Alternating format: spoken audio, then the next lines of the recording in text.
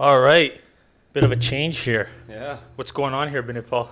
Thought we'd change up the scenery a little bit. Man. Yeah. Getting tired of that concrete wall. Yeah, and then we got a guest here. Our guy. Rose, what's going on, boys? How you doing, man? And then we got a bunch of kombucha here. You know, shout out to Remedy. Sponsor me, please. Sponsor us. We try to cheers. Cheers, guys. Cheers, boys. All right, man. So, Michael Bains. That's the name, man. That's the name. Modern day Renaissance man. Yeah, how did we come to know of Michael Bains? So, I lived on 66th Avenue. I went to Beaver Creek as a kid from grade 5 to 7, and then went to Tomatoes. And then you lived up the street as well. Yep. You went to Beaver Creek as well. And you're younger than me. And then your brother and my brother were friends, Yep. same grade. Funny story is your brother Derek basically carried my brother through all his English classes, and then would at the beginning my brother would ask him for help on his papers in college, and you know he just couldn't fix my brother's writing, so he would come over and just write it. He just started doing. Yeah. Are we dry snitching on your brother right now? Like, are we gonna recall this shit? And then, anyways, Derek was really helpful in helping me with my writing. Yeah. And then you're a great writer yourself, so. That's a few things that we're going to get into today. But before we do that, if I were to ask you who's Michael Bains Yep. and what you do, Yep. how would you answer that question? Well, I'm from the Newton area of Surrey. That's where I was born and raised and whatnot. As a kid, I was always like the academic scholar, but I love like athletics. Like I was a baller at heart. I remember when I was in grade 7, my teacher, Mr. Katz. I remember Mr. Katz. Mr. Katz, you remember Mr. Katz? I don't know, you remember Mr. Katz, right? He actually offered me, he's like, either you can be the the student of the year or the athletic student of the year. Oh, shit. So that was kind of like that moment in time when I had to choose, is it academics or athletics? I chose academic, right? Just because I thought that at the moment that was the thing to be. Right. So yeah, that was kind of my childhood. It was like school. I was always very good at school. You know, you're talking to my older brother, Derek, and just imagine being in the same house with him. So we always had books in the house. Right. Like books everywhere. So as a kid, I would kind of pick up a book here and there. In high school, I was always still very smart, but I love ball. Like I was always an athlete as well. So it was always like a combination of the both, right? Like, you know, being in school, but also being a baller as well. All the way up until like grade 11, like ball was life. Grade Yeah. 11, like ball was life. In grade 11, that's when kind of like, you know, you're a bit older, you know, you go through puberty and shit. And like, you know, you start seeing girls for the first time, right? Right. And you start getting to the partying scene, right? So that was kind of like my last 2 years of high school was like, ball was for sure. And I was always like a smart naturally. But then it came to the point where, you know, I got into like drinking a lot with my boys, just kind of chilling. And that kind of led all the way through high school. I went to SFU after Tomatoes. Same thing. What'd you major in at SFU? So go after high school, I was kind of the confused kid, right? So I'm still that confused kid, but go on. dude, I'm not same here, man. Same here. Yeah. So I wanted to do kin like personal training and Right, whatnot. That was right. my initial dream because you know I love sports and whatnot. But I did like arts. Yeah. Like I was confused. I did like a course in this, course in that. But at the same time, like every weekend, like, you're getting like fucked up, drunk, like every weekend, right? And so it was always hard to kind of like fully commit to school. Right. And that kind of led all the way until like my early 20s, like 22, 23, 24. It came a point when and then I kind of got big into the gym, like the ego, you know, you like with all your boys, like the guys that are bigger at the club or the guys that get more respect. So that was the kind of thing I kind of want to project. So Exploring your masculinity exactly, and shit like that. 100%. Yeah. That's the best way to say it. So I got big into the gym. I started like lifting heavy, like really heavy. But at the same time, I was drinking every weekend. You know, getting fucked up, but like during the week, lifting heavy as possible. That's a ticking time bomb. Right? Yeah. Like drinking, partying. The girls were just like a huge concern for me, in the head. Yeah. But, you know, I was always a bit unfulfilled because as a kid, I was a very intelligent kid. So even though all my boys were doing their thing, I was the kind of a guy that kind of could see like the outside perspective. Right. Right? Like I think my parents, they did raise me right in the sense that what's right and wrong. Right. So when you're with your boys and they're starting shit for no reason or, you know, you're getting into shit, you know, that's not the thing to do. So in the back of my head, that was kind of going on. But Yeah, so all in my early 20s. And then it came a point when I was 24, 25, and I kind of, I wanted something different. So my oldest brother, Jason, he moved downtown a couple years in his early 20s. And I would go to his place a couple times, and I kind of thought, this is where I want to be. Like, I want to be downtown. I want something completely different. He planted the seed. He planted the seed. He planted the seed, How for sure. old were you at this point? So you I were was 25, you said? I was probably about 23, 24. Oh, right. Okay. When, like, I was, like, at this point, I was, like, Jack. You know, like, the whole scene was, like, partying, girls, all that. Just, like, the typical Surrey scene, right? Like, you know, the ego, right? Just, it is what it is. And then, yeah, it came a point when I just wanted something different. I saw my brother being downtown, and this was a completely different life. So I would go visit him, and it was different, man. Even though it's only an hour away, 45 minutes away, it's completely different. And so that was always in the back of my mind. You know, I want to be downtown. And so when I was, well, you know what? The big thing that happened actually to me when I was 24, I was playing basketball. At this point, was the strongest I've ever been in my whole life. Right. I was deadlifting like 495, squatting, Crazy. you know, 400, Crazy. benching 275, Crazy.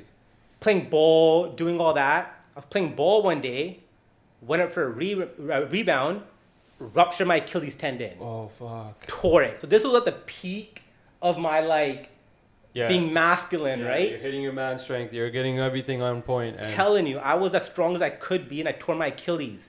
And when you tear your Achilles, that's it. yeah, You can't you're do not shit, doing right? shit. And so I was at a commission for, you know, 4 weeks, 5 weeks, 6 weeks, couldn't walk. And it was in that period of time when I went crazy a little bit. Well, okay, so you're hanging out with the boys. You're used to getting going now. You're used to Yeah. lifting. You got an ecosystem. Yeah. And the universe is like, hold my beer. Straight I'm up. about to do some shit Straight for up. you, and I'm gonna humble you. Straight But I up. feel like you're about to tell me how this was a gift in disguise. Drop that science, my man. 100%, man. It was like, if you go from being super active, like there's nothing you can do. Like at that point, I'm like an athlete, like by heart. My dad was an athlete, so it was natural for me. So I could lift weight easily. So that's when I got up to these heavy weights. And then this happened. And so just imagine going from that to being on a couch for 6 weeks. You can't even go to the washroom. Like going to, like taking a leak, it was the hardest thing in the world for the first like 2 weeks. So you're just there by yourself. This was the first time I kind of got in tune with kind of, you know, like the other side of the coin. The self, right? Or the self. Yeah, like, you know, you go from being one to the opposite. Yeah. And that was a big thing, right? And so in that time, you know, the first little bit I was depressed, you Right. know, all that shit, right? But then, you know, you kind of get into, I'm feeling sorry for myself, right? And then, you know, I kind of got into, you know, reading books, this and that. You know, I got into like, you know, I was extremely motivated when I was lifting weight, Right.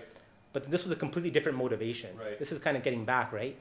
So not to cut you off here. So you said that your brother introduced you. Your brother always had books around and stuff. Now, did that hit pause once the girls showed up, the lifting showed up and stuff like that, and then it showed up Yeah. again when you got injured, like a gift from the universe again, or how? What was that middle round like for your, you know, literary input and stuff like that? Yeah. I would say for sure, man. Like, you know, for so long I was into like being like a bit more rounded. But you know when girls come Yeah. and you're like, you know, a young kid, you know, Yeah. you're big into the gym, you're around girls all the time. Yeah. It's tough, right? So that kind of stuff all kind of did go to like the side. Right. I didn't write at all. Right. I didn't read it really at all. It was about my boys. Right. It was about partying. It was Yeah. about the gym. Right. And you know, and at that time, I was also like hard at work too. I was making money.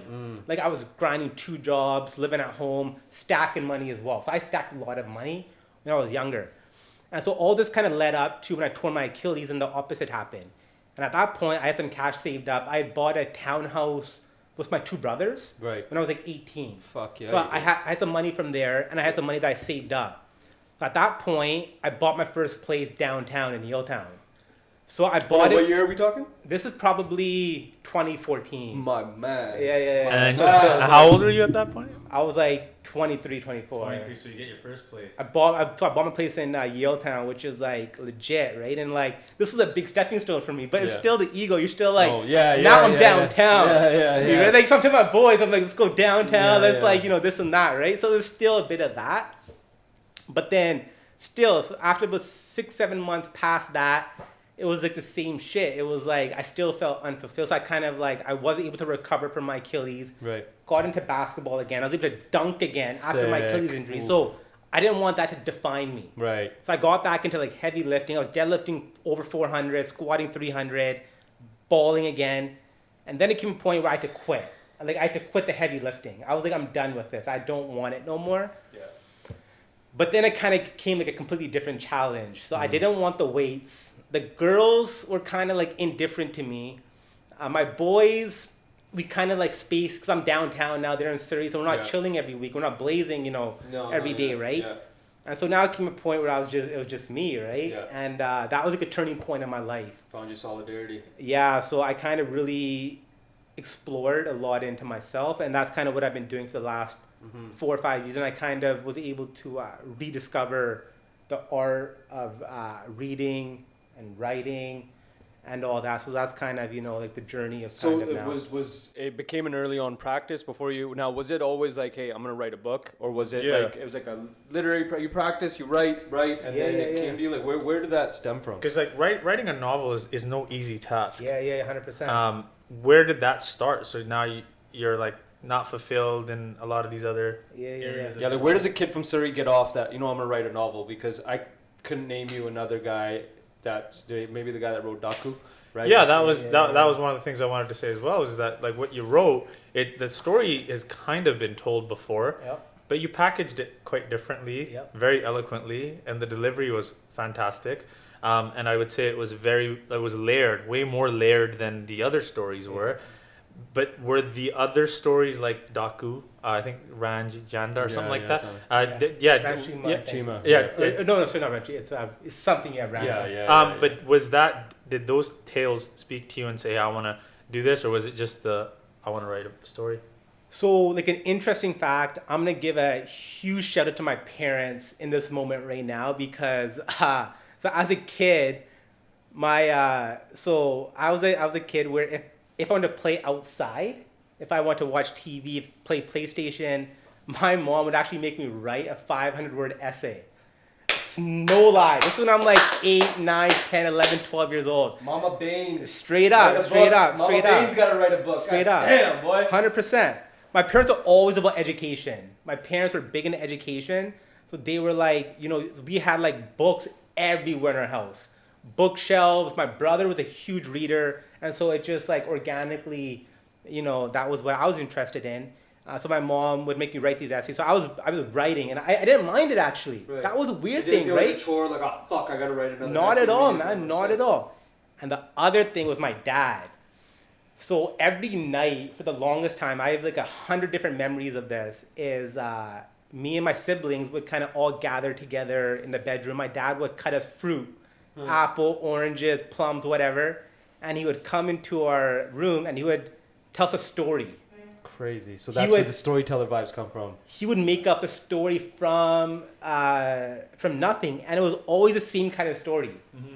It was an underdog story, sports. My dad was a big athlete growing up. He was a hockey fanatic, this and that. He would always tell us a story about this kid. He couldn't make it, and then with effort and dedication, he was able to. And it was always every day was different, but it was the same. Right. It was the same theme. Crazy. But it was always a different story. And so those two things, I think, really inspired me. And even growing up, I always loved to write. Like, I would write poetry as a kid, like that weird kid writing poetry that was kind of embarrassed about it. Yeah. But I was also good at it. Right. Like, I would have, like, my peer, like, my brothers and some people, teachers who would read it, and they would say, like, it's good, right? But, as a kid, it's like, writing, like, it was more of a dream than it was, like, than a goal, I guess. Right. I want to get into this dichotomy of like where I know very vividly where you guys live and the households that are around there. It's very stereotypical. And then there's the Bains household, right? So you're coming home to this very unique situation that's nurtured greatness, clearly. How did you deal with that dichotomy of where you leave your home and you're in the thick of Surrey, where, the slang's different, people aren't talking the same, no one's writing at home, and everyone's doing, like, sounds like you got caught up in the life a little bit. How'd you deal with that? Like, was that, like, oh fuck, did you know you were different from day one from everybody else, or like what was the deal with that? Or did you put on a facade? Yeah. I put on a facade. At the time, I didn't know I was different. I felt different, but I wouldn't admit it. Right. It was kind of like a weird thing. It's like, I was very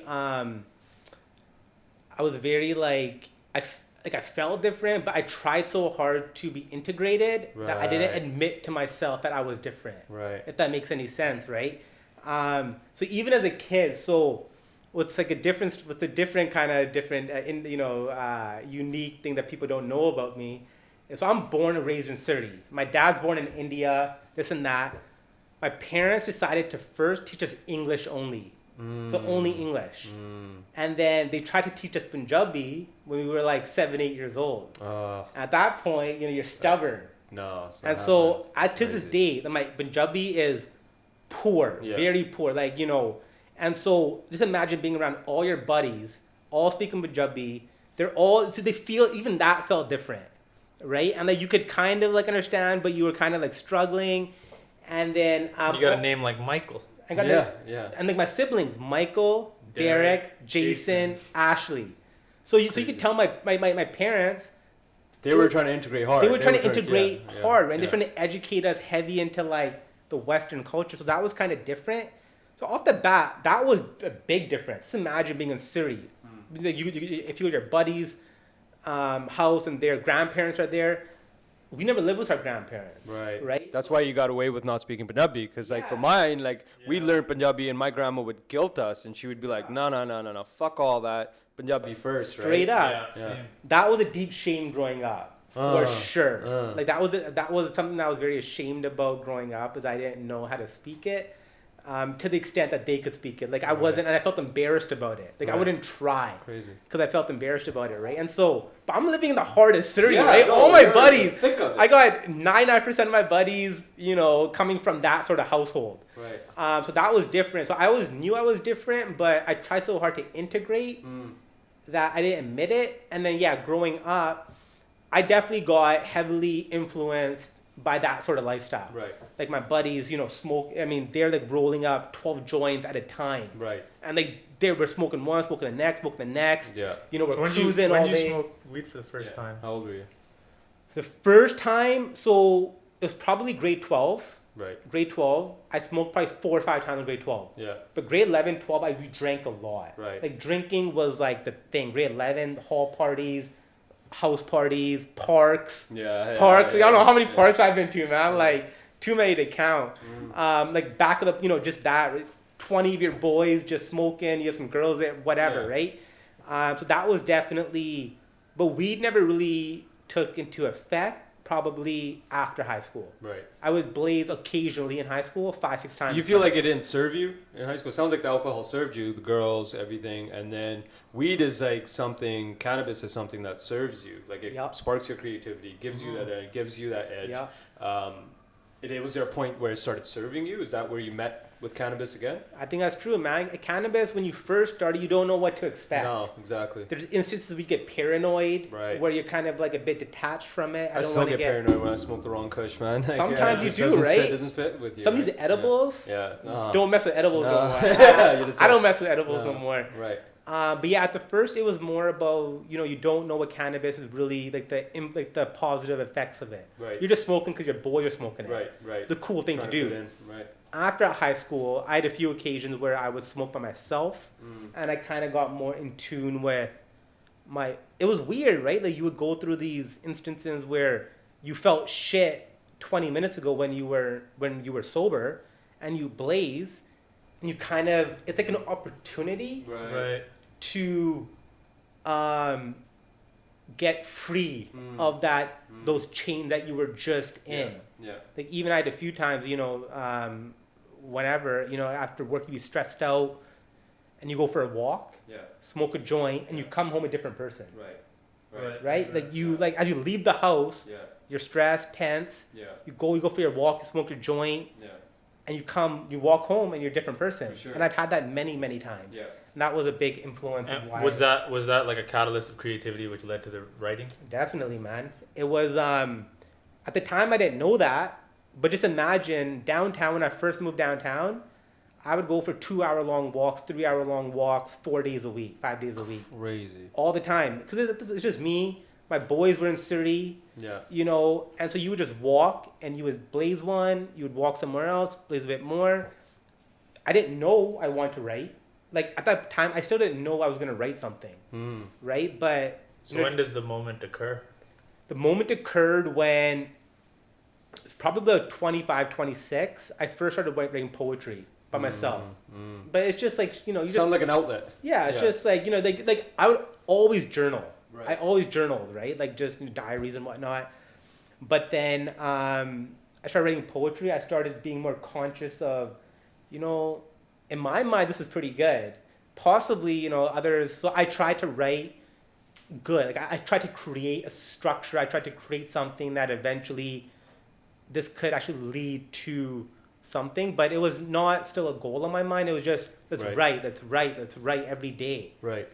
And that definitely led to the fact that at some point I want to write about the story where I came from. Now, it sounds like, not to cut you off, but like, it sounds like you're extremely confident. I don't feel the self-conscious bone in your body. Sure, you are. Don't get me wrong. But now, do you believe, and it sounds like that confidence that was instilled in you earlier with your brother saying, hey, this shit's pretty fire, right? Like your mom making you write fire, like if they refined your skill, the fact that it gave you the balls to be like, I'm gonna write poetry. And even when you're writing it, you're saying, I think this is pretty good. Yeah. I never hear an artist say that. Yeah. And I hear you say it, and it sounds like, again, I gotta give your mom a hug because she did Surrey a service by what she did for you, because this book did that for a lot of kids. And I'm sure whatever the future holds, that confidence seems like it gave you the ground floor to kind of create what you're creating. That's pretty amazing, man. And were you, because you spoke before where we listened, and you spoke about the girls, and then you spoke about the working out, you spoke about the basketball, haven't yet spoke about the golf, but was writing Hooped your journey towards fulfillment? Was it your way of finding and seeking that fulfillment, which you just previously said was kind of missing when you were around 24, 25? And was that because you before that told a story about how storytelling was a part of your childhood? Right. Yeah. So now, is this some of that inner child work going on where you're trying to recenter yourself by doing something that you did as a child? Yeah, 100%, man. Like, I remember as a kid thinking my dream is to be a writer. Right. Like, I would think that. Right. My dream is to be a writer. But everything in the world says no. You can't be a writer for survival. Yeah. You know, I'm smart. People are saying, be a lawyer, be a doctor, be this, be that. Because, I'm intelligent. I'm getting straight A's all the time. So this is what people are telling me. Make some money. Yeah. My brother is extremely successful. Right. He does well. So I see him doing well. But the words, I felt like I could, even when I read poetry as a kid, they were deep poems. Like, it was like deep shit. It was like, what the fuck? This kid's crazy, right? And so I think 100% that came down to that, where it came a point where you go through like the working out, the basketball, the girls, the money. Like, I was big into money too. Yeah. Like, money was like a major influence on my life. Sounds like the ego was flourishing. Dude, the ego was flourishing. The ego was like, it was heavy, man. It was like, just imagine being in the gym, 500 pounds, you're looking around, we can do that, right? You know what I mean? Like, this and that, and like, I'm making money too. Like, I stacked money. My brother has a good investment opportunities.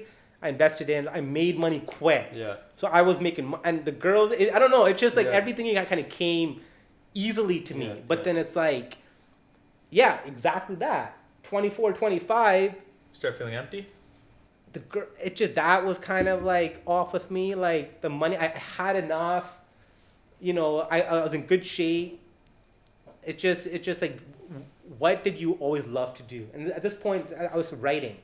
And then eventually it came a point, I want to structure something that I can hold in my hand, that I can show somebody. And I tried writing 2 different novels, two previous times. Right. I wrote about half. So about 25,000 words, 30,000 words. Right. How many pages is that roughly? That's probably about half a book. Okay. Half a novel, so maybe about 130, 140. But they were trash in my mind. I'm like, I didn't give my. I showed Derek, my second novel that I tried to write, and I emailed it to him, and he emailed back. All he said, "You could do better."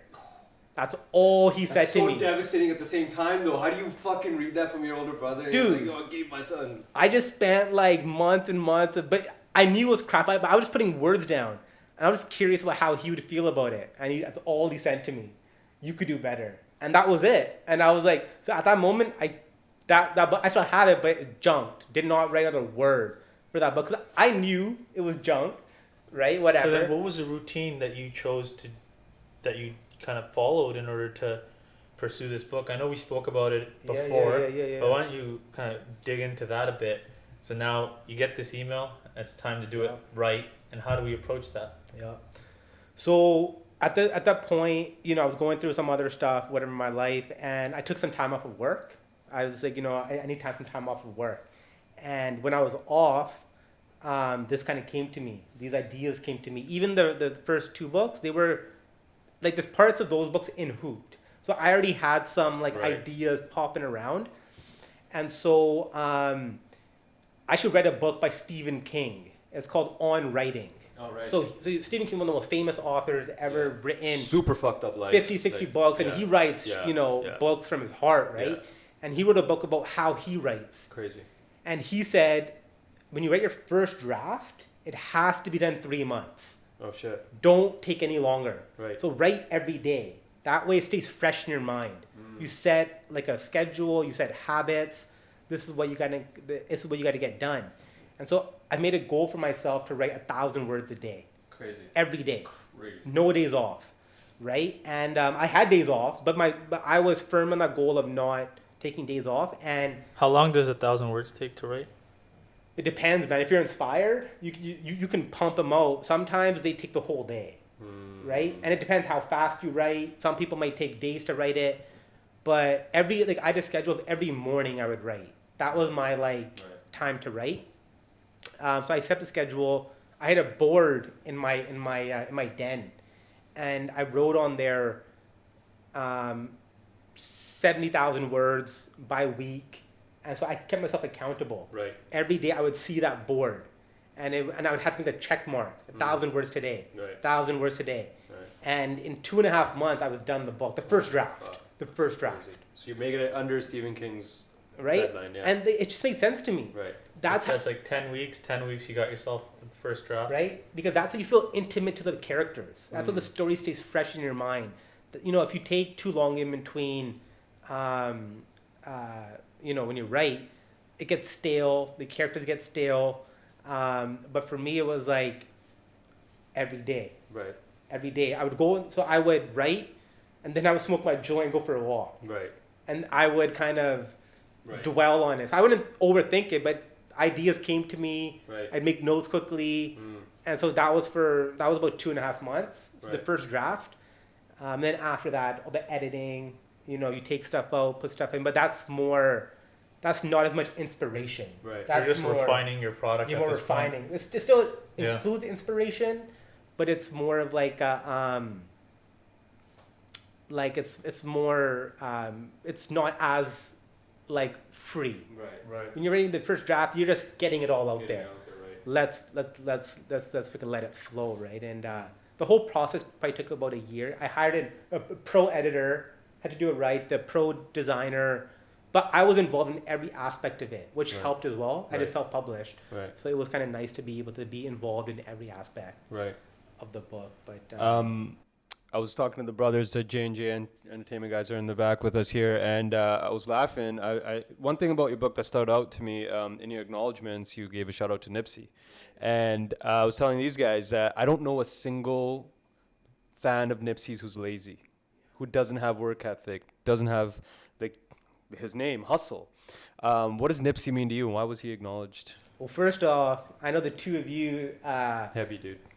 You are inspired by his message. Definitely. And what I always respected about an artist is I believe every word they say. Right.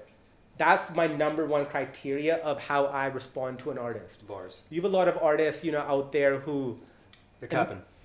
amazing content, amazing, product, but, is it 100% authentic? Yeah. It might be 90%, whatever. With Nipsey, it was 100%. You could believe everything he said, every interview. Same as like Tupac. Like, those are my two inspirations of growing up, where those guys were as real as they come. Yeah. And his message was, it's about a marathon. Yeah. And to this day, Yeah.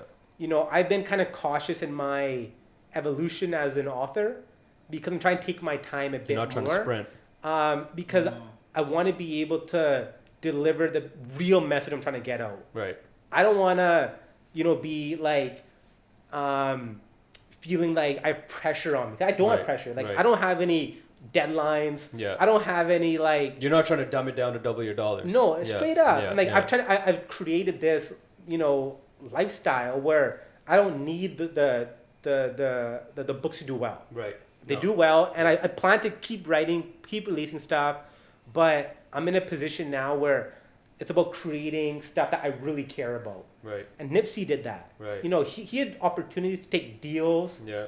You could have moved out the hood. Out the He hood. could have moved out of the Straight hood. up, But he put $1 million the opportunity back in. I can guarantee, if you ask Nipsey to this day, if he was alive, would you do anything different? No. No.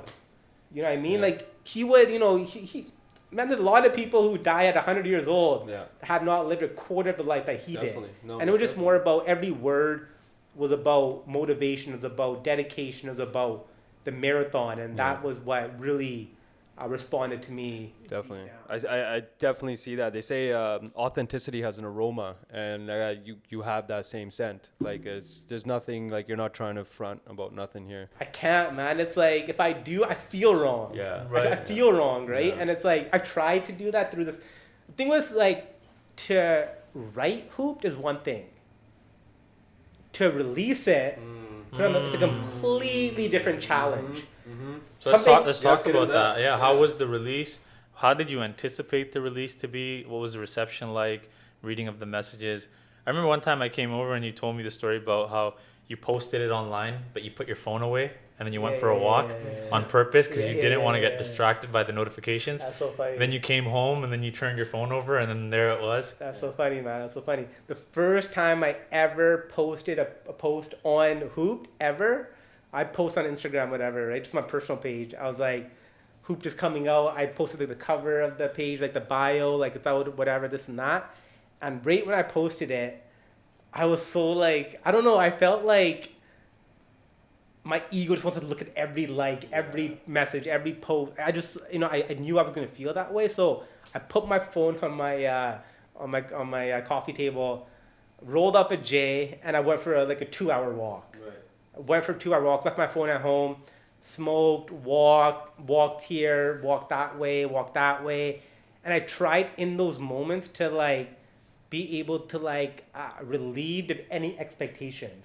Because who knows, I might come home and I might get 2 likes. You know what I mean? You don't know, right? You don't know what's going on. Right. And I came home and I had 100 shares. Yeah. Mad love. Yeah, love. whatever it was, right? But I at least I was able to kind of be in a moment in time when it wasn't immediate. It wasn't an immediate reaction. It was I took those 2 hours to kind of balance myself, ground myself, and then I came back, and then I still was kind of this is that, but I just natural, right? You can't help that, right? Yeah. Or but yeah, the process of releasing Hoop, you don't know what it is, right?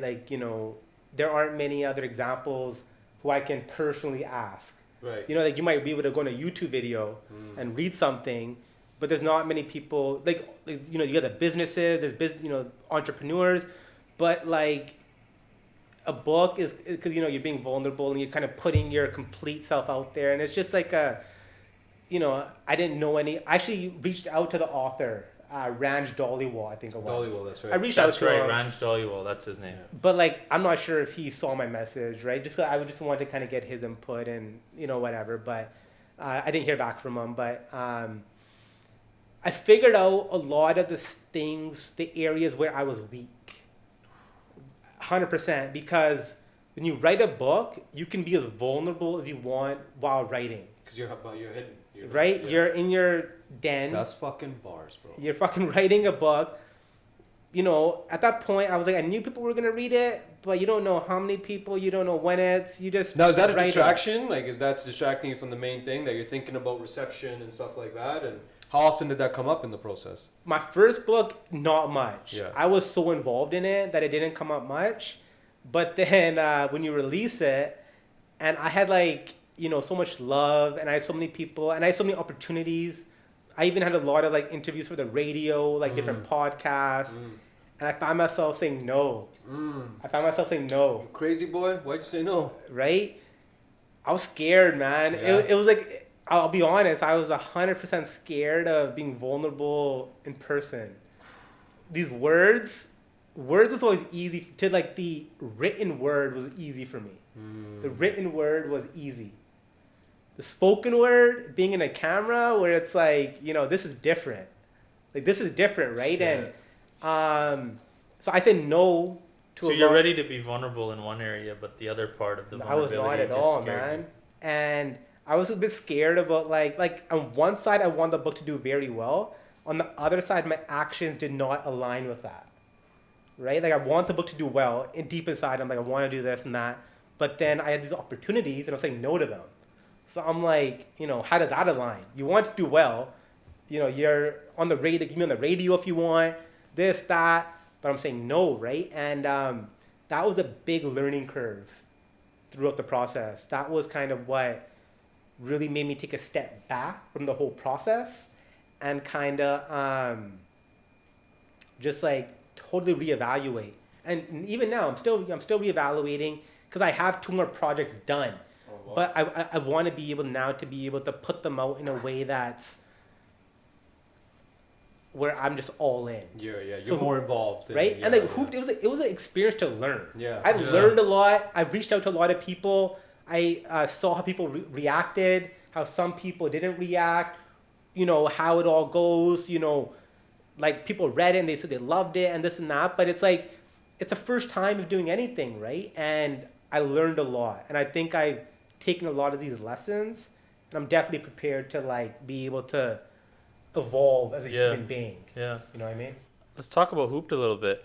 What I found was when we gave the book out to a lot of individuals, young cats, every single one of them loved it. And a lot of them resonated with it really, really well. Yeah. Was when you're writing, are you trying, like after you write, you're like, oh, this is going to resonate with someone? Or was that just from the heart of like you just telling Yeah, the like, story? did you have a target demographic in mind that this is who the reader is, or? I don't know, man. Like, I knew I wanted it to be about high school. Yeah. High school was a very defining moment in my life. Yeah. That's when I got involved. My boys were life. That was like girls first became, you know, attractive, you know, whatever, and in both ways. And sports was a huge influence on my life. So that was kind of I knew I wanted it to be about high school. And then I kind of dwelled on who was I in high school? So you tapped back in. I tapped back in. Who was I? What are the struggles of a confused kid?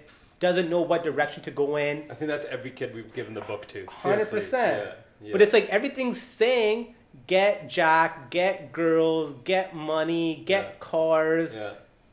And I was at the age now where I've gone through all that. Yeah. And that didn't fulfill me. Yeah. So now I'm thinking back of how I was back then and what Right. I would kind of tell myself then. Yeah. And so that's the place that I wrote from. Crazy. As somebody who had been through, you know, all that journey, and then I got to the point where that didn't, you know, fulfill me anymore. And I know that a lot of these kids, doesn't matter what I say, they're gonna have to go through it themselves. Straight up, You man. know, like- It's- you can preach to the choir, you could do that all can. you want, but they're not gonna get it until they experience it. It's a better teacher. It's a You way can, better teacher than words. Right? Like Yeah. you can lead them to the lake, Yeah. Yeah. right? But they gotta catch their own Straight fish. up, man. You know what I mean? Like they Straight gotta up. put in the work themselves. If they don't Yeah. want to change, all good, right? But it was a very sincere place I was coming from. Yeah. Like I truly wanted it because even through Hooped, I didn't know how it was gonna end. Right. I didn't know what was gonna happen. It was more of an exploration. Right. It was more about trying to figure out what was going on, you know, in myself. Like, Yeah. I learned a lot through the whole process. Yeah. Because you got to put into words. Like the main character is, is a kid who's confused, who's a baller, captain of the ball team, got like the girl that everybody wants, yet he's like, I want more. He's like, there's something else that I'm missing. And you included mental health, like the undertones of anxiety that Jimmy goes through, Yep. and the feelings of panic attacks and all that, and Yep. and you descriptively pull through with that. Was that one of the focal points of, hey, I want to deliver this message, or was that just a piece of the message? And then Was that your story? Yeah. And was it that, no, this is like a conscious effort I'm trying to make here to talk about this? Yeah, 100%. Like the thing with Hooped is that I didn't really ever use the words depression, anxiety, mental health, but it's all about it. Yeah. But I didn't want to use a word. Oh, fucks with that. Right? Like, I don't want to say the kid is depressed, anxiety, It's this almost and that. cliche these days to say Right? something like that. It's like, there's the scene where he goes to the psychiatrist and, Yeah, and he's yeah, there yeah. with his parents, and the psychiatrist says all those things, and he kind of goes right over Jimmy's head. that is actually a true story. Oh wow. That's a true story. So, when I was younger, when I was like in elementary school, even in the book, it's the same thing. The kid has a lot of like migraines, vertigo, headaches. This happened to me. Oh wow. So it wasn't as much depression or anxiety, but it was more about vertigo, where everything's off balance. Crazy. It's about like you feel off, like you get crazy migraines where you gotta lie down and meet. So I went through that, and so I went to I went to all these different doctors. I went to this doctor. They did like a scan of my brain. They did like CTs, MRIs, everything. Like I went to 10 different doctors. And then I finally met some neurologist, and he didn't even listen to my symptoms, and he just said, "You got anxiety, you got depression, he's like, you need to be on these antidepressants." And I was like, look at my mom. I was like like a teen. I was like 14, 15 years old. I was like, what the fuck, right? I was like, this doctor is he's diagnosing with all this shit, and he doesn't know. I haven't even told him what the story is, right? God. And so the guy gave me antidepressants and all this shit, and I tried them for like a day, 2 days, or whatever it was, and I felt like numb. I felt like tossed them. I didn't feel that, for some people that might be what they need, but I didn't feel that was a true. I didn't feel that was. So how do you climb out of that personally? Not Jimmy, but you. I didn't really. No? I didn't. Like I've had headaches. I had migraines all the way through my like early 20s. I haven't really had them since, but I think it's more about how I live. I think it's more about It's your ecosystem. Yeah, it's just about my like holistic. I've been more in tune with myself and like what makes me stressed and whatnot. But that was definitely a true story. That's something that That's crazy. I had no idea. I didn't know that at all. And then what about the story with Mr. Pratt, or that school counselor, and like coming up with that role, and you have this counselor that's kind of leading this kid into self-help almost, and enlightenment and all that sort of stuff. Was there actually a teacher or someone, or was that someone you created? That was Eckhart Tolle for me. Drop that science real quick. I'm just So saying, you took Eckhart and you made him into Mr. Pratt. Eckhart was that for me. The Power of Now was the first book I read when I was 24 years old. That changed the whole way I look at everything. That was like the book that up until then I was reading a lot of like books about like wealth and motivation. And so when I saw The Power of Now, I'd heard about it through people. They were like, this book's a really good book. And so I thought I could add spirituality to myself. Right. What you realize, that's not spirituality. Yeah. Spirituality is letting go of everything else. Yeah. And so Eckhart is definitely the inspiration behind Mr. Pratt. Yeah. Because he was my first real opening into that dimension. Right. And since then, I've never been the same. Yeah. I've read that book. You told me before that, hey, the story is basically off of your observation. So I read the book once, where I went one day, I just sat through and I did the whole book, and then yesterday I read the half of it again, and just to kind of freshen my mind. You create these archetypes where I think it's Jessica, Jimmy's girlfriend. Yeah. She's like that nice girl, right? Kind of tolerable with the weed smoking and certain things, but not tolerable with his involvement in gang life. But then you have the other girls that are at the parties, and then the ones that are promiscuous, and you really kind of use adjectives to describe that, 100%. and they're almost turned on by the fact that he's a dealer. So were these things off of observation that you kind of saw? Direct or- observation, man. It was Direct observation. Like, me and all my boys, like my boys, I thought the boys were hustling as well, dealing. And so we go to these trap parties, and that's what you see. You see these, like, girls that are completely made up. They're, smoking, drinking, like, heavy, but, like, they enjoy that lifestyle. And so I saw that 100%. But then I've also, in Surrey, there's a lot of solid females. Definitely. Like, I married solid, one. right? Like, like solid. Yeah. And, like, and so you have both. Yeah. Right? I'm not saying one's bad and No, one's, definitely because not. I don't Because want for you to say drinking, that you guys were drinking, smoking too, so you're enjoying the lifestyle right? too. It's Like, not I'm part of it, no, right? Definitely, So, definitely. Judgment is not a part of my vocabulary. Like, I don't like to judge people because I still got a lot of boys that are involved, and they're my boys for life. Yeah. And that's not ever going to change. For the feds listening, boys, they're not real. Go on. Straight up. No, but that's what it was, man. It's like, I've been to so many of these types of parties where, man, I had a blast at these parties though. Like, I had fun. You don't have more fun than partying with drug dealers, man. Trust me. They are a blast. It's amazing, man. Like, and they've trap parties in the basement. Like, there's 12 joints being passed around. You got people in the bedroom doing this. You got fucking Molly being passed around here. And I don't know, man. Like, you get involved in it. Definitely. Like, and this is what I went through for 5-6 years of my life. Well, you see some of those guys that just never left that. We all know 30-year-olds that are still about the life. How did Mr. Michael Bains not veer left on the highway and went right instead? So is it back to the parents my again? family. Cue Mama Bains, man. My family, 100%. Man. I was raised right. Yeah. Right. I was my dad, most solid individual ever. Like, just solid as they come. My mom, she cared a lot about the family. My siblings, legit. No, you're the youngest, right? So I got 2 older brothers and a younger sister. So you're the middle child. So I'm third. Third, and yeah. fourth. Okay. But just my family's like solid. So it's like. So the allure of the life that kind of was sweeping Jimmy up didn't quite get you there. No. That was an observation you're saying. So he's an amalgamation of many different people in your life. Man, almost. I can't count how many times I would cruise in my buddy's car who was making drops. Yeah. Like, we would cruise daily. Yeah. Month at a time. He's making a drop here, making a drop there. So I'm like in the car and he's doing this and that. But I'm in the back and like we would cruise in the car. We'd be smoking weed, hotboxing cars. We'd go with fast food, right? Like this is kind of like I did indulge in that lifestyle. That's crazy. But I never was a guy. I'm gonna take your phone. I'm gonna do it. I love my buddies that would do that.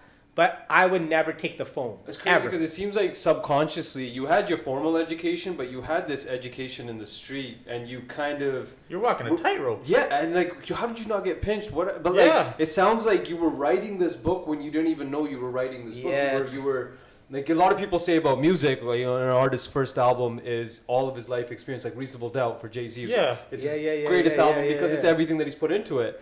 But it sounds like for you took like your childhood and all this crazy fucking shit that you were doing, but you were writing your book. Yeah. And I don't think Hooped is going to be your greatest work. I think that's coming now. I think Hooped was the diving board into the ocean. Now it's like, dude, Hooped is nothing. Like, Hooped was an amazing first step. But you ask me 20 years from now, I want people to say Hooped was his first book. Yeah. But for me, it's like I'm so inspired now, and every day I'm trying to find more of myself and be more authentic. Because I feel like to connect with the other person, they connect with the being authentic to, and that's where we go back to Nipsey and Tupac. They have a lot of haters, Tupac especially, this and that, but I just want to be real to myself. Yeah. And if I sell 5 copies or 5 million copies, I just at the core level, I want to, be able at the end of it all to be, I'm content with how things I did what I did. how and things did it worked my out, way. right? And Right. it's 100%. Where does it? Where do we go from here? Like, what you say, you got two projects. You got coming. two Are projects. you open Yeah, to you speaking of open- them? Yeah. So I got 2 more books done. Like, well, if you edited still. Right. Right. So one's a poetry book. One's like poetry I've been like compiling from my like mid-20s all the way up until like now pretty much. Got like 200 poems, 300 poems, like a shitload of poems, and some of them are hard hitting. I Yeah, you shared some with I me. shared a couple with you, but that will probably be my next project. And then I've also written another novel as well. Oh wow. This novel is more about the romantic aspect of things. It gets into addiction a lot more. Crazy. It gets a lot into Wow, that's like starts off. And yeah. you're So some- it's a heavy book for Crazy. sure. And I'm working on my next project. But then I also want to explore other things as well. Like I do want to write my first like screenplay. Like I want to write a script. Okay. Oh right. So these are things I want to be able to endeavor in like book writing, poetry, script writing. I want to explore all these avenues. So yeah, I got the 2 books done to be edited, and then I'm working on another one that's going to be more of an ongoing thing. But then the script is something that I've been that's also in the back of my mind as well. Sick. Something I'm trying to. What's a day in the life of Michael Bains look like? Day in the life, Some man. young kid watching this on YouTube is like, "Mom, मैं author बनना है. I'm gonna go move He's downtown." gonna get you. It's like I'm gonna move downtown and I'm gonna write books and play golf for a living. Fuck, man. Golf is I love golf, man. I've like retired from ball. Okay. I'll still, whatever. But the average day is like, I'm up early. I'm an early riser. 5:36 every day. I start off, for me, it's always writing. It's my art. When you wake up, I feel you're most inspired. I like to write my cup of coffee, got my protein bar, whatever. Write for a couple hours. I still work part time. Right. So I work like 2-3 days a week. Right. Which is cool. It's easy enough. But then other than that, I got a lot of freedom, a lot of time. I golf a lot. I do work out a lot, write a lot. And some days I'm just like, I don't got a plan, man. Like, I go for a lot of walks still. I go for a lot of long walks. Like, I'm still trying to find inspiration. I'm trying to, find a way to express myself by staying authentic. Right. That's very important to me. Is it's easy enough for a lot of artists to kind of fall into how many likes you get, how many sales you get, and fair enough. Business wise, that makes sense. Me, I'm not 100% business When it comes to oriented. Like I could be, I feel like, but what's more important to me is to be, even on my Instagram a couple times, I'm still on my IG smoking weed, this and that. So like it's not like I'm trying to make a statement. It's just more about this is So you're being authentic. Back to I'm your being authentic. authentic. Being Like, who you are. I'm not trying to say I'm not gonna do this, I'm not gonna do that. I'm just for me, it is a marathon. Right. Back to what Nipsey said. Definitely, It's not about like an instant fame, No. but it's more about I do feel like I got some stuff I gotta say that will eventually get me to a point where my works will be read and on a higher level. Right. 100%, I think that's the case, but it's not something that I'm trying to balance. I'm trying to balance between staying authentic and being and going in that direction, and it's not easy, but I'm just you know exactly what you want, and that you're flawed in your methods. I'm flawed for but sure, bro. You know exactly what you want. Do you explore your consciousness a lot, and what methods do you use? Because I'm trying to see what kind of things we can give to listeners that are like what do you do for conscious exploration and stuff like that? Man, something that you did. What's that? Ben on his IG story. So Ben's like a hardcore dude, Ben's like, but like not hardcore, but Ben's like, you're like you're solid. Like you're like, you are who you are, and I think you've accepted that. And then yesterday, or a couple days ago, you were on the seawall. Yeah. And you posted a video of the ocean or the water. Yeah. And you said, I stopped the watch, Yeah. I stopped the run, Yeah. I'm just listening to the ocean. Yeah. And that I found powerful, man. It's like, you know, we can aspire to be who we want to be. Definitely. You know, we have a lot of goals we want. I have a lot of goals, got them written down. But at the same time, moments like that are what we got to really, we can't forget, we can't overlook. Definitely. And so something like you who does that, I know you, like, you know, you, in the morning, for me, like, I went through a period when I would also, in the morning, I would run and stuff. Right. And it's a very peaceful time. Right. Definitely. And so I think finding that balance between peace, but ambition. Definitely. Right? It's like, and how can you do the both? Kind of like Nipsey, he was solid, you know, but he was ambitious, you know. Definitely. So both. Definitely. I want both. Like a lot of people don't understand about Nipsey is he'd wake up in the morning and sage his house. 100%. He was a very, very spiritual 100%. dude. He was very in tune with himself. 100%. And that's why he was authentic. He had the aroma of authenticity, right? Yeah. That's crazy. So you do some conscious exploration, but you are inspired by everything. You're a true author. You're inspired by everything. Well, man, like, you know, I've tried to explore every aspect of kind of who I am. Like, you know, either via drugs, either via consciousness, either via meditation or creativity. So I'm trying to explore different, you know, ways of seeing the world. Yeah. The best authors, the best people I feel are the ones who have gone through shit. Yeah. Like Stephen King you mentioned. Stephen he King. threw away Cujo. You know what I mean? He wrote Cujo, threw it away off of a drunken bender. His wife took it out of the garbage and said, you need to publish. It became one of his highest selling novels. Telling you, man. It's flawed, like, fucked up, flawed individuals. Man. Right?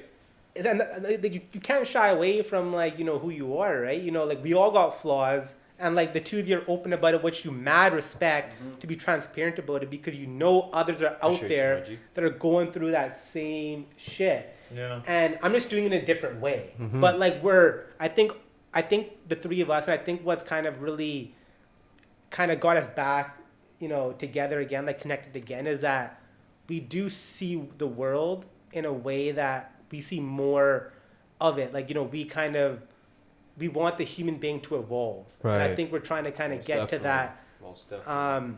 Focusing on the abundance of life and living, you know what versus I mean? the scarcity, right? Well, and the fact that the two of you, like, how you guys operate, it's mad respect. It's like because you're consistent with it too. Yeah. Like you're consistent with it. It's not like it's like a one day thing. Yeah. It's like you've been doing this. Yeah. It's not like you just. Definitely. It's like you've been doing this, right? I mean, we've evolved as human beings together, Right? and I think that's how, like, any relationship remains successful, right? Even to the young brothers listening. I mean, you're going to evolve, and you're gonna butt heads, but you're gonna evolve together, and that's gonna iron sharpens iron, right? Yeah. And like Nipsey said, like, you know, it's a small circle. Not everybody's gonna make it, No. and not everybody did, No. right? Like, Yeah. And I think that's a big point, is that you got to accept people who don't think the way that you do, straight up. right? Because not everybody thinks the way that we do. I got a lot of boys who, you know, they're doing their thing. It is what it is. To accept them for who they are, but you know, when we get together, it's always love, That's it. right? Definitely. And fuck, no complaints, man. It's crazy. Any closing messages for the readers of Hooped, or any prospective readers of Hooped? Anybody that might have been thinking about picking it up and didn't pick it up, and someone who has read it? Yeah. First of all, get Hooped. Yes. Get Hooped. Get this. It's on Amazon. It's on michaelbains.ca. So if you're looking for it, that's where you know. We'll post up all the it. links too. You'll be able to find Straight it up, easy. straight up.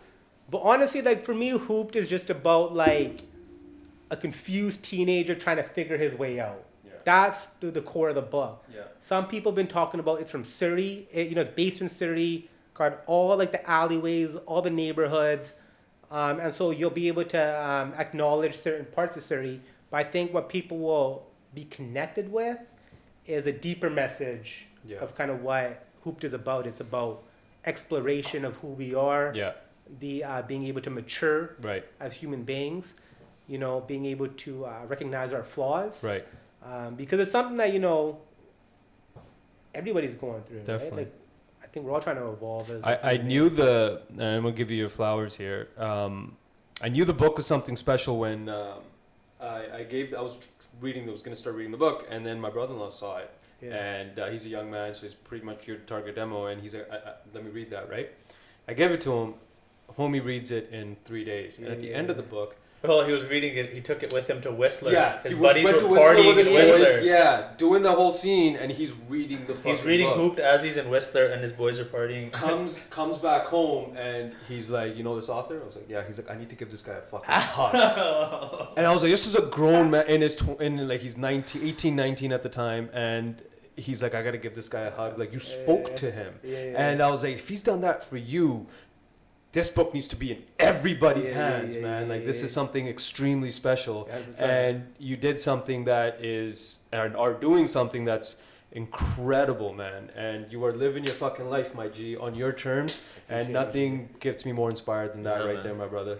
And I appreciate you. Great work, Michael Bains. You know, I'm telling you, man, like, I just think that, like, that's what we share in common, is that we see the world in a way that we do have compassion for other people. Like, we want to see people evolve.